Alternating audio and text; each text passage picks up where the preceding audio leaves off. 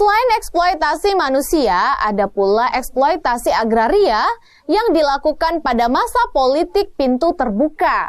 Seperti apa ya eksploitasi agraria?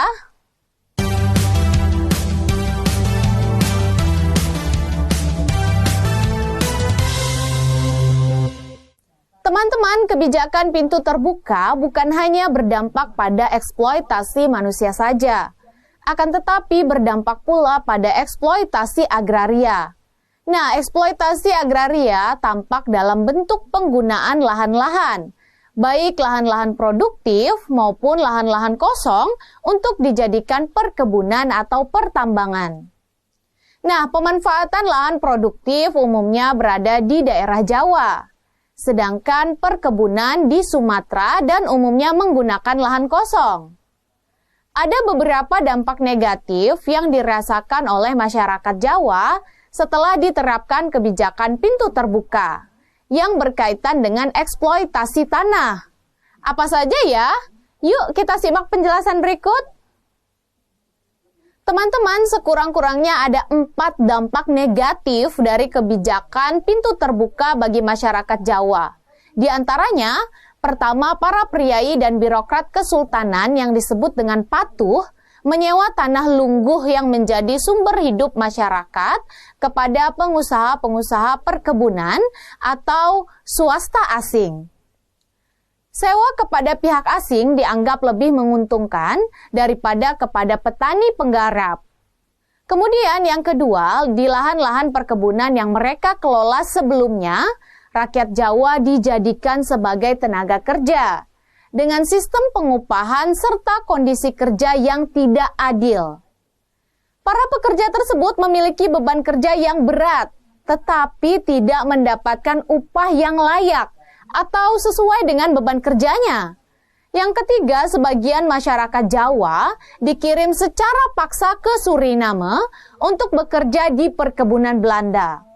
Yang keempat, para bupati di 18 wilayah karesidenan di Jawa ikut menyewa sebagian tanah yang berada di wilayah kekuasaannya, yang disebut dengan tanah mancanegara, kepada pengusaha-pengusaha perkebunan swasta asing. Pada gilirannya, hal ini kemudian memaksa rakyat di 18 wilayah karesidenan bekerja di perkebunan-perkebunan itu. Teman-teman, pada masa itu terdapat 3 macam tanah ya. Di antaranya, pertama tanah yang dikuasai secara langsung yang disebut dengan bumi Narawita. Tanah ini untuk mencukupi kebutuhan raja dan keluarga yang terletak di Negara Agung atau wilayah inti kerajaan di sekitar kota Praja. Kemudian yang kedua adalah tanah yang disediakan sebagai hadiah atas jasa maupun gaji bagi para pejabat dan keluarga priai. Tanah ini disebut dengan lungguh atau apenase. Dan yang ketiga, tanah mancanegara yang dikuasai oleh para bupati. Pada kenyataannya, kaum priai atau pejabat istana yang disebut dengan luruh patuh tidak mengerjakan sendiri lungguh ini. Mereka justru mempercayakan kepada pengelola yang disebut dengan bekel. Para bekel kemudian menyewakan tanah tersebut kepada para petani penggarap, yang hasilnya diserahkan kepada para bangsawan sebagai upeti. Dalam rangka perluasan pintu terbuka, banyak tanah lungguh disewa dari para patuh.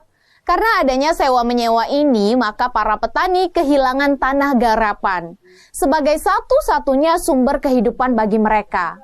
Karena kehilangan sumber penghasilan, maka para petani terpaksa menjadi kuli. Kehidupan para petani ini pun semakin menderita. Sementara itu, eksploitasi agraria digunakan untuk pertambangan. Secara khusus dilatar belakangi pesatnya permintaan akan bahan baku industri Belanda sebagai dampak revolusi industri. Nah, hasil tambang yang sangat mereka cari diantaranya yaitu batu bara, minyak bumi, timah, dan biji besi. Keempat, bahan tambang itu dibutuhkan untuk memenuhi kebutuhan pusat industri Belanda di wilayah Walonia Belanda bagian selatan yang sekarang disebut dengan wilayah Belgia, yang merupakan pusat industri kedua di Eropa saat itu. Cara perekrutan serta perlakuan terhadap para buruh di perusahaan-perusahaan tambang ini tidak jauh berbeda dengan para buruh yang bekerja di perkebunan-perkebunan Belanda. Nah, teman-teman, undang-undang yang mengatur mereka pun masih sama, yaitu Undang-Undang Kuli Ordonanti dengan Peonal Santinya. Teman-teman, kita sudah mengetahui ya bahwa dampak diterapkannya kebijakan pintu terbuka meliputi dua hal, yaitu eksploitasi manusia dan eksploitasi agraria. Kedua eksploitasi tersebut sangat merugikan penduduk pribumi. Lalu setelah politik liberal dibubarkan, kemudian politik apa lagi ya yang diterapkan oleh Belanda di Nusantara?